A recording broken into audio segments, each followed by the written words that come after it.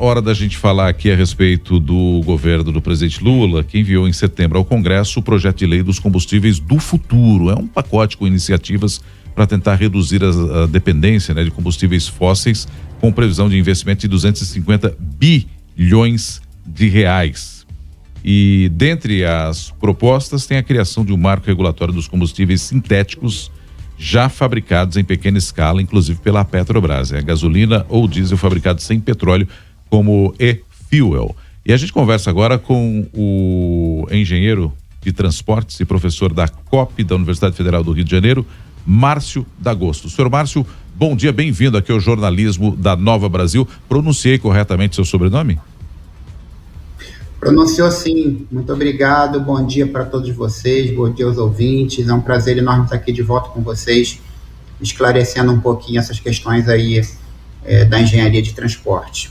Pois é, professor Márcio, a gente tem uma busca aí por combustíveis sustentáveis e em detrimento do combustível fóssil, né? Nós até conversamos com muita gente aqui durante discussões no ano passado, e todo mundo dizendo que é uma transição que tem que ser feita, mas não é num passe de mágica, não é de uma hora para outra. E por outro lado, tivemos o conflito na Ucrânia com a Rússia.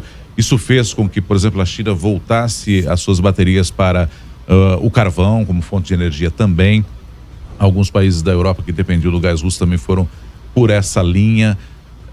Antes da gente tratar especificamente desse tema do governo Lula, como é que o senhor observa isso? Porque parece paradoxal, está todo mundo em busca de energia limpa, mas em algum momento tivemos que nos voltar para energia, entre aspas, mais suja, professor?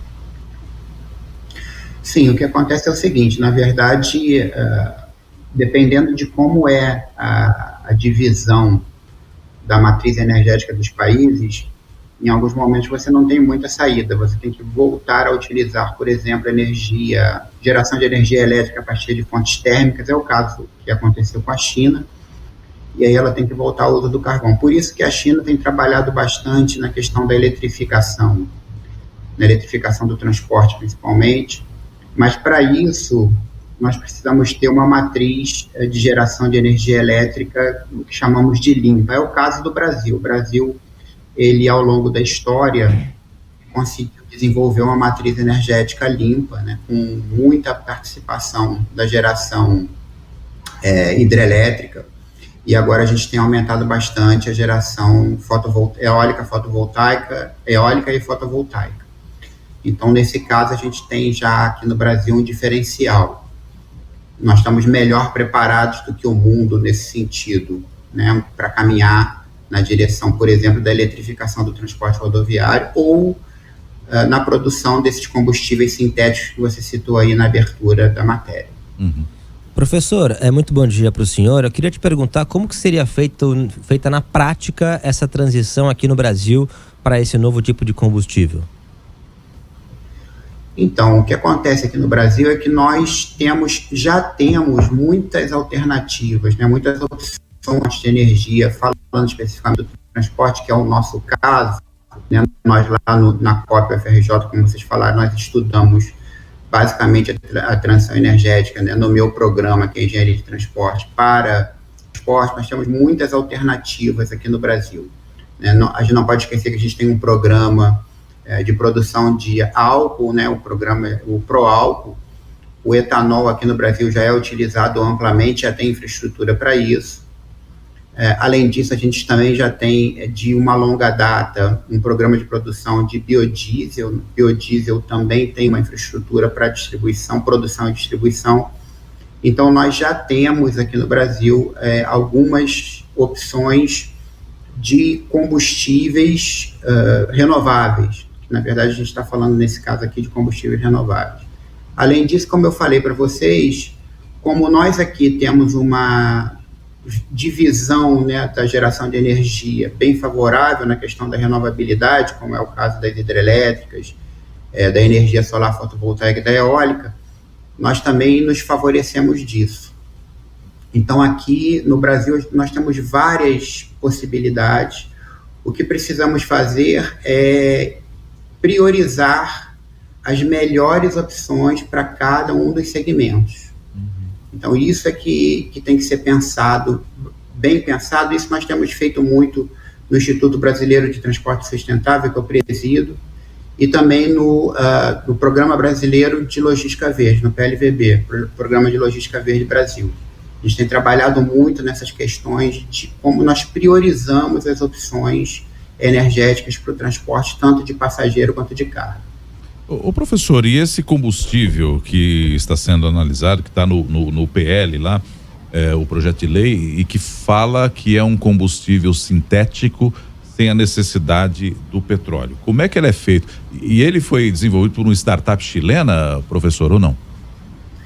Então, na verdade, nós aqui no Brasil temos trabalhado nisso. A própria COP, eu faço parte de um projeto justamente que ele está trabalhando no sentido de produzir exatamente um combustível sintético como esse que você citou, que está no PL.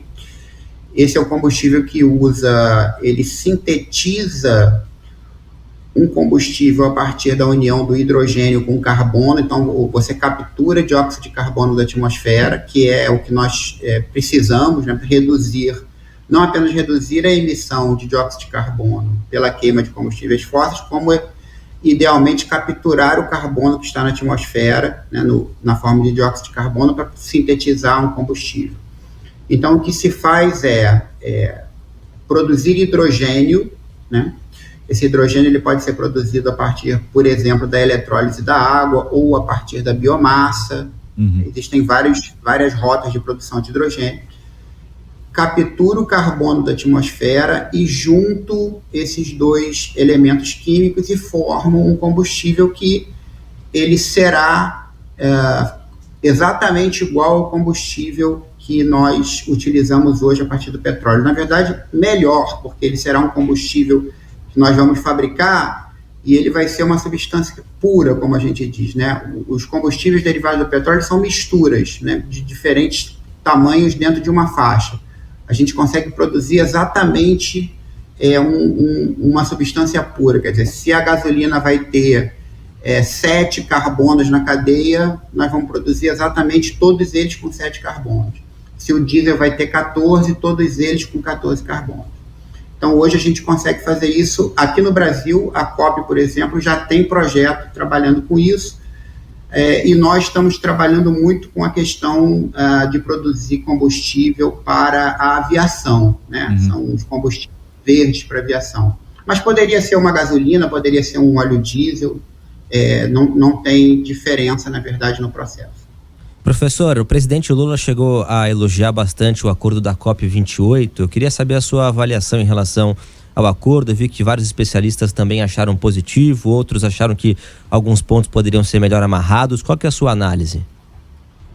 Então, na verdade, sempre esses acordos têm sido positivos, né? Existem ambições, nós temos ambições maiores, né? Principalmente os acadêmicos, né? No meu caso, nós temos ambições, de fato, de descarbonização total, que nós chamamos de descarbonização profunda. Então, as nossas propostas sempre vão no sentido de tentar eliminar, né, o uso de combustíveis fósseis ao máximo, se não eliminar totalmente. É claro que esses acordos, eles não são acordos ideais, eles são acordos dentro do que é possível fazer. Nós aqui mesmo trabalhamos, na verdade, com diferentes cenários, né? Nós temos trabalhos nesse sentido também, tanto na COP quanto no Instituto Brasileiro de Transporte Sustentável. São trabalhos que a gente faz olhando, né, o futuro, e aí nós temos cenários de muita ambição, que na verdade nós precisaríamos ter a aderência de diferentes segmentos, diferentes setores, para que nós consigamos chegar na redução máxima na emissão de dióxido de carbono, e temos aqueles acordos que nós conseguimos trabalhar com os diferentes setores, nós conseguimos combinar com os diferentes setores. Aí a gente está falando de quê, né? Estamos falando de uso da terra, nós estamos falando da indústria, nós estamos falando da geração de energia, nós estamos falando do transporte. Nós conseguimos trabalhar com esses setores e chegar num acordo. Então, esse acordo feito na COP28 é, de fato, um acordo bem interessante, porque parece que tem aderência de diferentes setores no sentido de cumprir. Não adianta também nós termos ambições muito grandes, propormos mudanças muito sensíveis, muito intensas, e ninguém conseguir cumprir, ninguém tem a intenção de fato de cumprir, só está no acordo, só está no papel, entende? Então, acho que esse é o principal mérito. Agora, professor Márcio, nessa questão desse combustível que está sendo buscado, esse combustível sintético, ele ainda é caro e dá para a gente ter uma previsibilidade de quando poderá estar no mercado ou não é caro? Ele ainda é caro e ainda tem uma questão que precisa ser muito bem equacionada, que é quanto eu gasto de energia para produzir energia.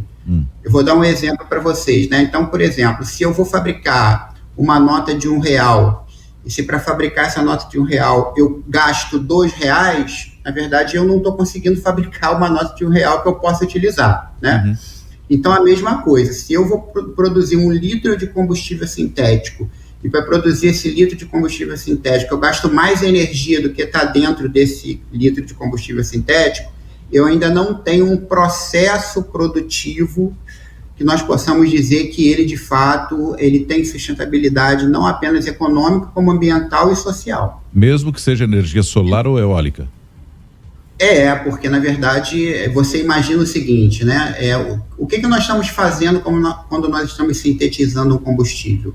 Nós estamos juntando peças, né, como se nós estivéssemos montando um Lego, né? Então, aquelas peças, elas estão mais estáveis, né? Elas estão melhor na natureza separadas. E nós queremos forçá-las a ficarem juntas. Então, nós precisamos despender uma certa energia maior do que talvez eu tenha dentro daquela peça quando eu for utilizá-la. Então, nós precisamos estudar processos que tenham escala suficiente para que eu consiga produzir volumes significativos desse combustível sintético, usando de forma eficiente energia e a um custo que eu consiga ter uma certa competitividade com o que já existe hoje, senão eu não consigo introduzir no mercado. Esse combustível renovável que nós estamos falando hoje, já houve diversas iniciativas no passado para que ele avançasse, estudos que avançaram, alguns ficaram parados no tempo e agora estão sendo reativados, justamente porque dependendo do mercado, dependendo da situação em que a gente se encontra, você tem uma pressão maior para que os estudos avancem. Hoje é o caso, nós temos uma grande pressão para que esses estudos avancem e a gente consiga ter uma solução de fato eficiente em termos de energia e meio ambiente e economicamente também interessante, né, para o mercado. Sem dúvida, tem um precinho camarada aí para o consumidor final. Professor, muito obrigado, pela entrevista aqui à Nova Brasil. Um bom dia aí para o senhor. Eu que agradeço, estou sempre à disposição, quando vocês precisarem, é só mencionar que eu volto aqui para conversar com vocês. Combinado. Bom dia e boa semana. Muito obrigado. Márcio D'Agosto é engenheiro de transportes e professor da COP da Universidade Federal do Rio de Janeiro, conversando conosco sobre esse pacote que será apreciado aí, que tem, entre outros itens, o projeto de lei do combustível do futuro. E o professor estava exatamente explicando isso pra gente. São 7h55.